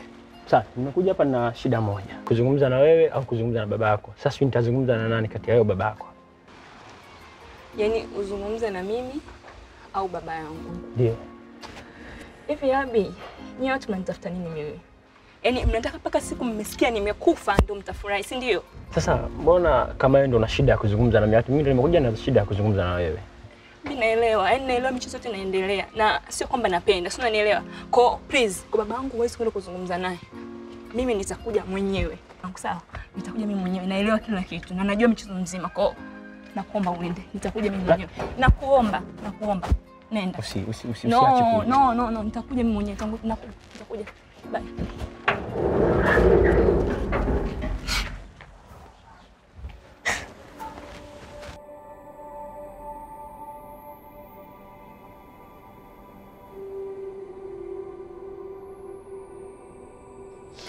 Mama, yaani sijui hata nikwambiaje. Yaani leo nina furaha. Mama, nina furaha. Mama, nilikuwa naisubiri siku kama ya leo. Yaani kiukweli nina amani sana. Yaani sasa hivi nina amani na mume wangu. Mpaka leo kaamua tutoe out. Kwa kweli Mungu ni mwema. Mwanangu, hata mimi nafarijika sana kusikia hivyo. Yaani hujui tu, lakini nina bonge ya amani moyoni mwangu. Unajua mke wangu, nilipata tabu sana kumwelimisha William kuhusu maisha ya ndoa. Yale maisha ya ndoa ni vitu vyepesi tu. Nikamwambia hapana William, ni uvumilivu. Hata mimi na mama yako tulipata tabu sana katika maisha yetu. Mama na baba. Sana tena. Mama na baba, kiukweli nawapenda sana wazazi wangu. Asante sana. Tunakupenda pia mwanangu. Mume wangu, mbona hivyo tena? Si tunakusubiri wewe na bado hujajiandaa? Nitajiandaa, lakini nilikuwa naona kwanza kuna filamu tuitizame. Ni short film tu ya dakika chache, baada ya hapo tutaamua tunatoka. Mume wangu. Filamu tena jamani. Utanielewa tu, subiri.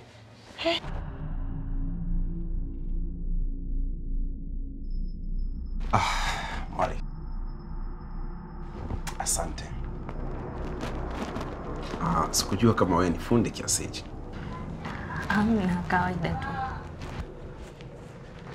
Asante.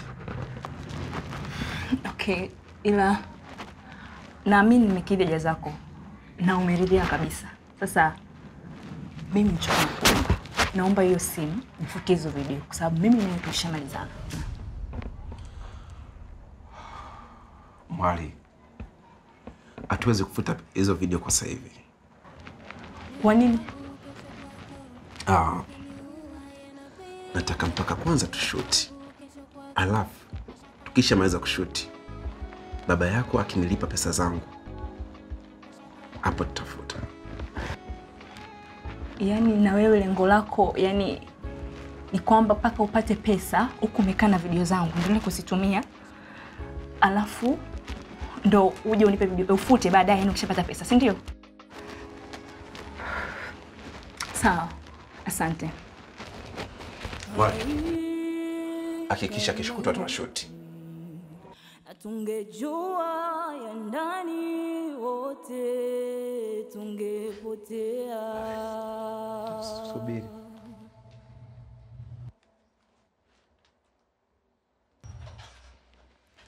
Laisi alifichiki, likitokea lolote basi limetokea. Nina moyo, sio jiwe, ninaumia. Nina moyo, sio jiwe, naumia.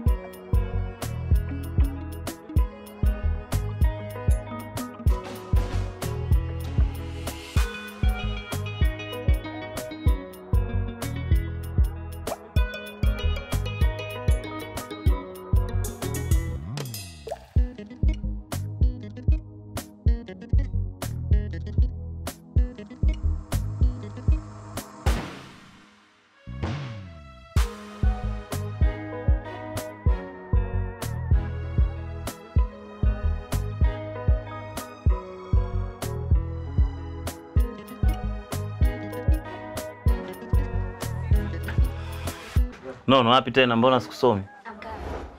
Imekuwaje tena na Naija boy? Tunakuja. Fresh, haina noma.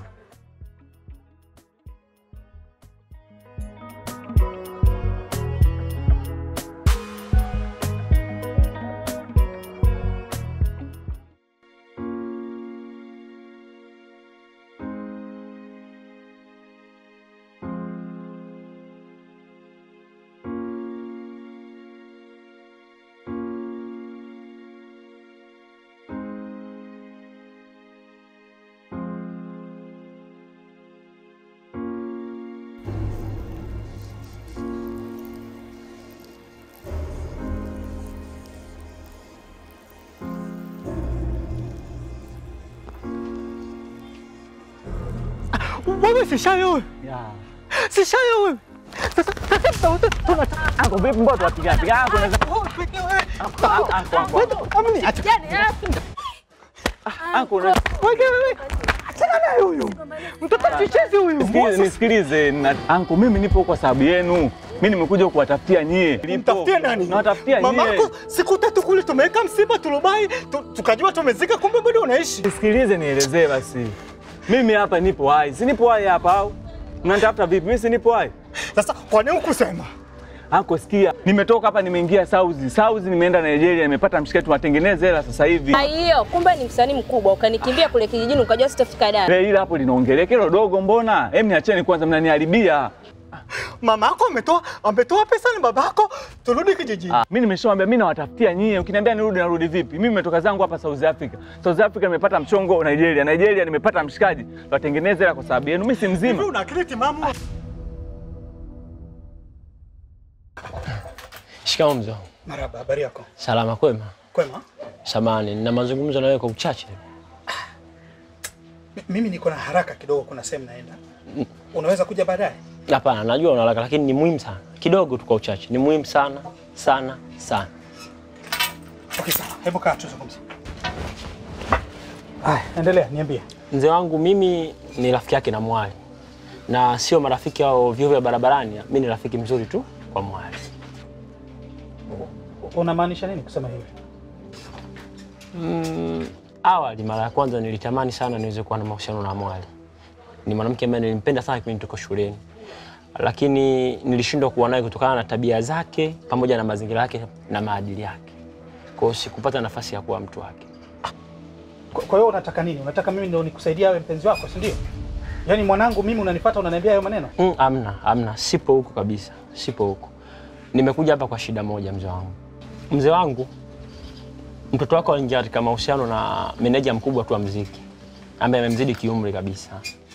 Na alimshawishi na kumrubuni wakafanya kitendo cha ngono. Lakini kibaya zaidi ni kwamba yule mzee alimrekodi video.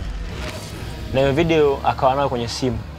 Alitumia ile video kuweza kumlaghai msichana wako, kumtumia atakavyo, kutumia mwili wake atakavyo vyovyote na muda wote atakaotaka. Lakini kibaya zaidi, hajabakia nao yeye tu video. Kuna baadhi ya watu wengine wameipata.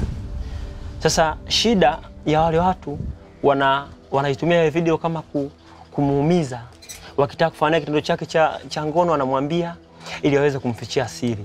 Sasa hii imeniuma sana. Nikaona bora leo nije nikufikishie mzee wangu taarifa aweze kuipata. Yaani unasema kwamba kuna mtu alimrekodi mwanangu wakiwa wanafanya hayo mambo? Na kulithibitisha hili nimekuja na simu ambayo ina video ya mtoto wako. Nilimtuma mtu nikampa kazi aweze kuichukua. Simu ni hiyo. Okay, hebu niwekee hiyo password. Hamna mzee wangu. Kwa afya, kwa sababu ni baba hawezi kuona mwili wa mtoto wako na vitu vile akiwa anafanyiwa. Kwa hiyo sitaweza kukutolea loki. Lakini video ipo mwanangu. Unajua, siku mbili hizi namuona mwanangu hana furaha kabisa. Hayuko sawa kabisa. Nikawa najiuliza tatizo ni nini?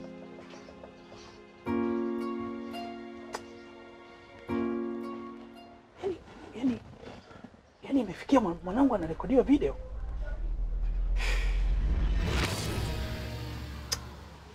Una akili timamu? Ambacho wewe ni nini lakini naelezea kila kitu wewe eti ambacho mamako wametoa hela nije nikutafuta Dar es Salaam hapa. Anko bana nielewe sana. Ninachosikitika mimi matikiti kule anauza unaniharibia. Anko unaniharibia. Okoye? What are you talking about? Bro, I can explain What this. is this? You mean you are a Tanzania boy? Anko umeshaharibu. You are a liar. 100% you are a liar. No bro, I can't. You want to steal my money now? No bro, we're just making deal bro. I don't understand you. Anko umeniharibia. You are a liar, Okoye.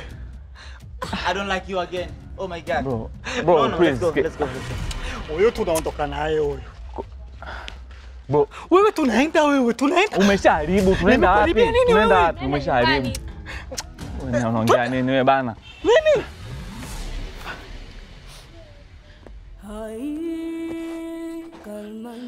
Mama.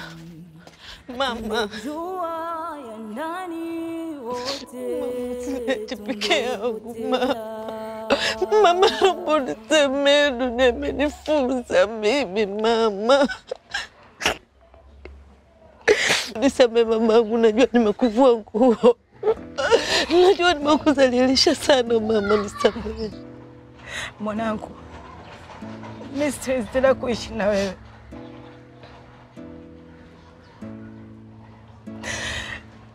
Ulilofanya nahisi dunia yote imenielemea. Hebu niambie, majirani wote, ndugu, familia, kila nakaje mwanangu hapa? Na kuwa mgeni wa nani mamangu? Umenivua nguo mwanangu, siwezi. Mama shetani. Mama usiseme hivyo. Mimi ni angalie mwanangu, msamaha gani? Hebu ona, kila binadamu anakosea mama. Nisamehe mimi kama mwanao.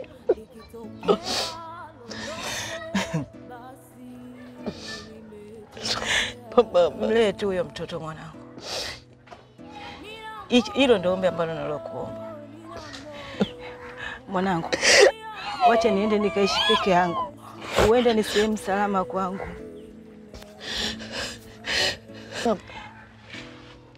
Mimi wacha niende nyumbani kwetu. Kwa hapa siwezi tena kuishi na nyinyi. Sawa? Mlionifanyia yanatosha. Mama nakuomba. Mama usiniache peke yangu. Nakuomba mama.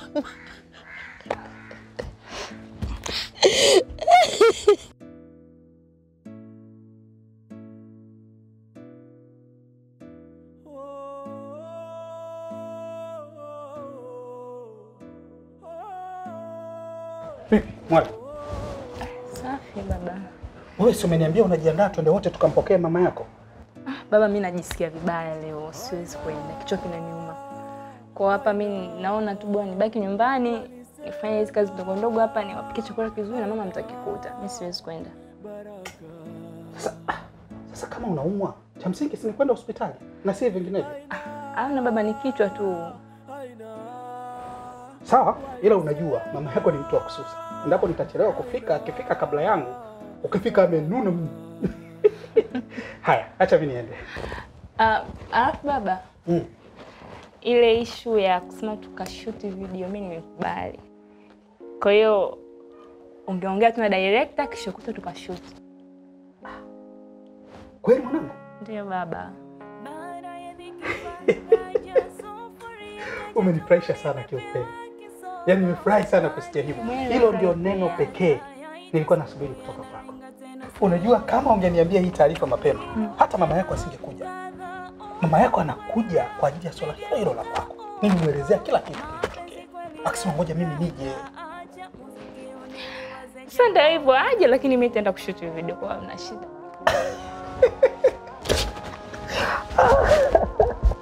Unifurahisha sana mwanangu. Tunataka kunipambania babangu kwa. Yes, nitahakikisha kila kitu kinakaa sawa. Star mkubwa sana baadaye. Sawa baba. I'm proud of you. Mimi pia babangu. Najivunia kuwa na wewe. Haya. Best baba. Haya. Bye. Umenifurahisha sana kwa kweli.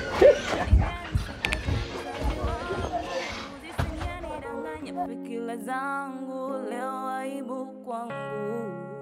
Hayaminiki mapenzi siwezi.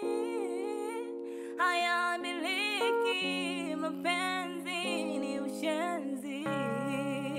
Hayaminiki mapenzi siwezi. Hayamiliki mapenzi ni ushenzi. Baada ya dhiki faraja, sufuria kaja chungu nimepewa kisogo. Maji yamepata ladha, yaitwa supu yanaringa tena sio kidogo. Mbinu kadha wa kadha. Najua ulinikimbia sana siku ile. Sasa naomba nisikilize. Mimi nahitaji vile vitu vifanye kwenye video. Vitu gani? Nataka tufanye kama ulivyofanya kwenye video. Vinginevyo mimi naivujisha yote. Siri nzima. Wakuone mpaka mwili wako wa ndani. Nisikilize wewe mzee. Iko hivi. Hiyo video ukitaka kuvujisha mtaa mzima waone, nchi nzima waone, unataka dunia nzima tangaza kama umemwona mwali anafanya vitu fulani, lakini siwezi kuwa mtumwa wa ngono. Unanielewa? Nishafanya hilo kosa, siwezi kurudia kosa. Kwa hiyo fanya chochote unachotaka. Sikiliza kijana. Umelikologa utalenywa. Unaona jua hili? Angalia basi kwanza. Siwezi kwa. Umeona jua hili? Liko wapi? Liko hapa. Jua linatokea huko. Sasa linapokwenda huko, nao ndo unapokwendea huko. Usinitishe. Sikutisha, utayaona. Umeyakoroga, ngoja utayanywa. Mimi ndo maliwata bwana. Ukisikia mwingine wa kuchola. Hai kalmaniki. Na tungejua ya ndani wote tungepotea.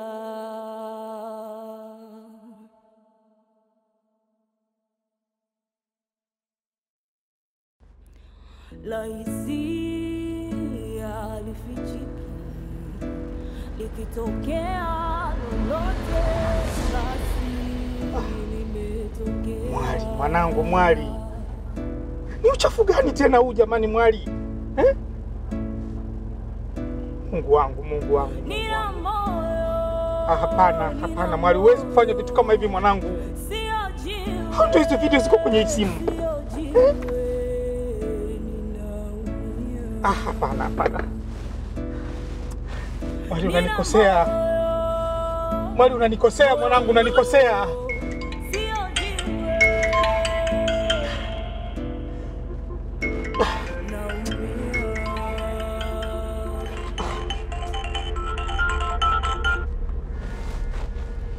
Yes, hello. Hello. Nakusikia, habari. Naongea na nani kwanza? 17. Sawa. Siko vizuri sana. Hebu ongea nikusikie. Unasema?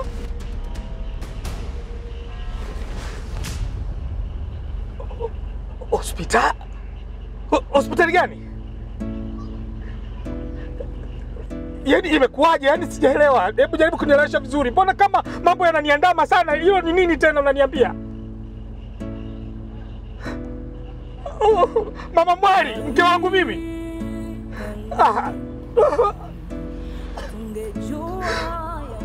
Mama Mwali. Inna lillahi wa inna ilaihi rajiun. Mama Mwali.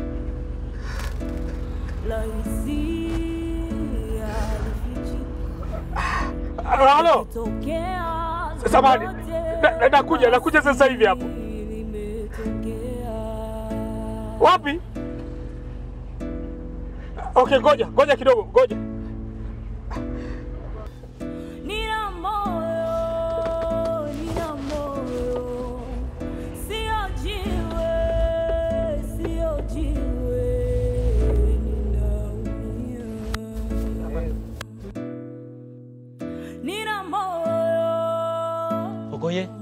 Okoye, where are you going, my friend? Bro, you know, this is my country. I know you know that this is my country. I have a lot of places to go, so I'm going.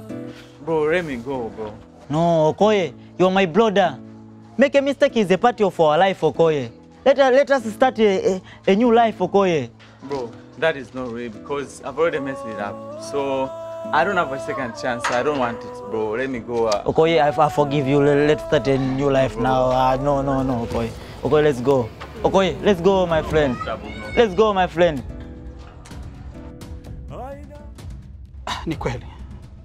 Ni kweli lakini nimeumia sana. Nimeumia kiasi ambacho kwenye maisha yangu sijawahi kuumia hivi. Toka nikiwa mdogo nimezaliwa napata akili zangu timamu. Sijawahi kuhisi kudhalilika kama nilivyodhalilika safari hii. Unajua, wao wanaona fahari kumdhalilisha binti wa Aweso. Lakini kikawaida unapomdhalilisha binti ya Aweso, umemdhalilisha Aweso. Wananidhalilisha mimi. Ile video inanidhalilisha mimi. Amini nawaambieni. Lakini wao wanachukulia kawaida. Sasa kuna kitu kimoja cha msingi sana niwaambie. Mimi sitomwacha hata mtu mmoja kati yao aliyesababisha haya yanaendelea. Nitaanza na yule aliyerekodi video hii na hao wanaoisambaza.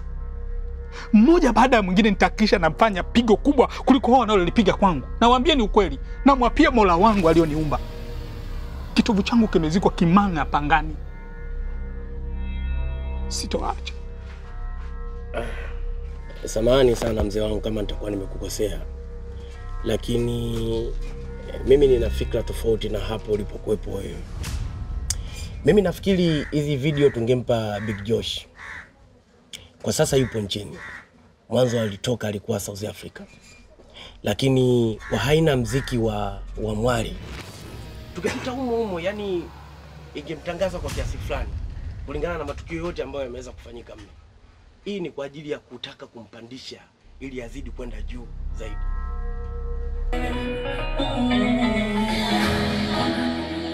kanieleza wazi tena hadharani jinsi mapenzi yalivyoniumiza mimi.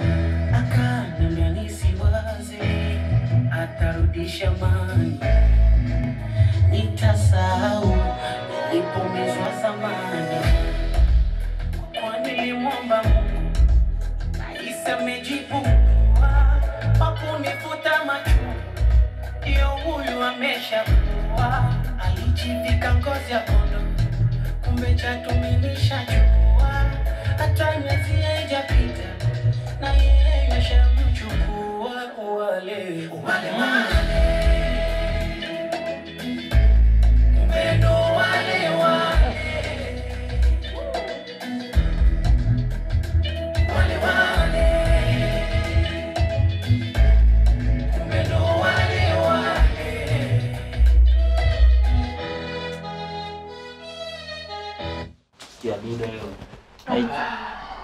My G, that is a big sound.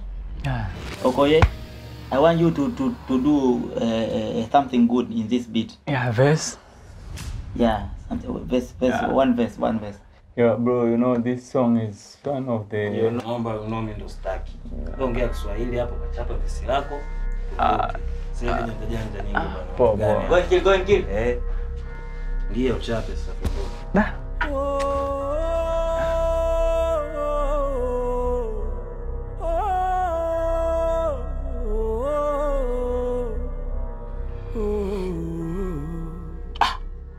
Unajua, umeongea kitu kigeni kidogo. Unajua mimi siamini katika njia zenu ambazo nyinyi mnazitumia katika kutafuta huo ustaa.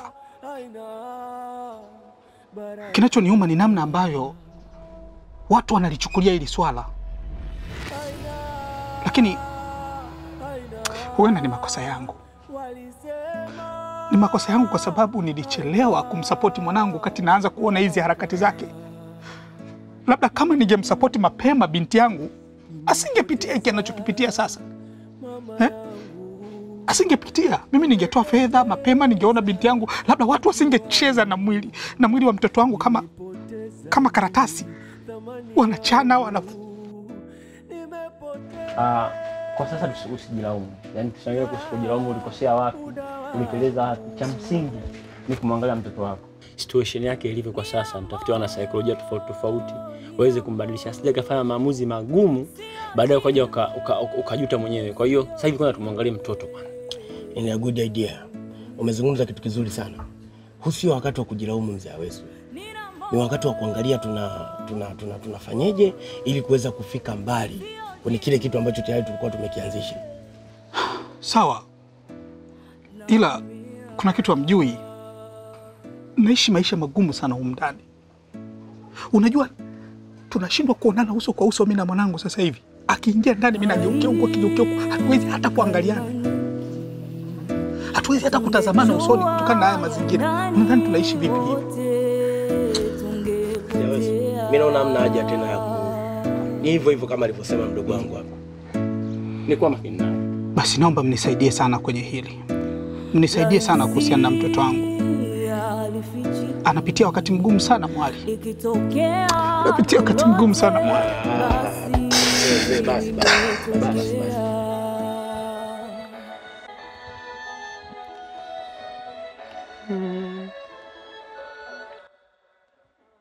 Ni kama majabu, ameniacha nishike adabu, amejua kuchezea roho, hazikuwa za kitoto zile show, sio kwa kuniposti vile na kuniweka front kwenye nipi zake huko status na kunitambulisha kwa mashoti zake. Ndiyo maana moyo wangu uliniuma nilipokuja kugundua kwa kuwa nilimwomba Mungu nikahisi amejibu dua, hakuniponza machungu. Ndo huyu amekuwa mjuaji, tena amekuwa wa uchungu. Nikinena kidogo nipokea, wasamaki moyo wangu na majini ndo yananiondoa. Wale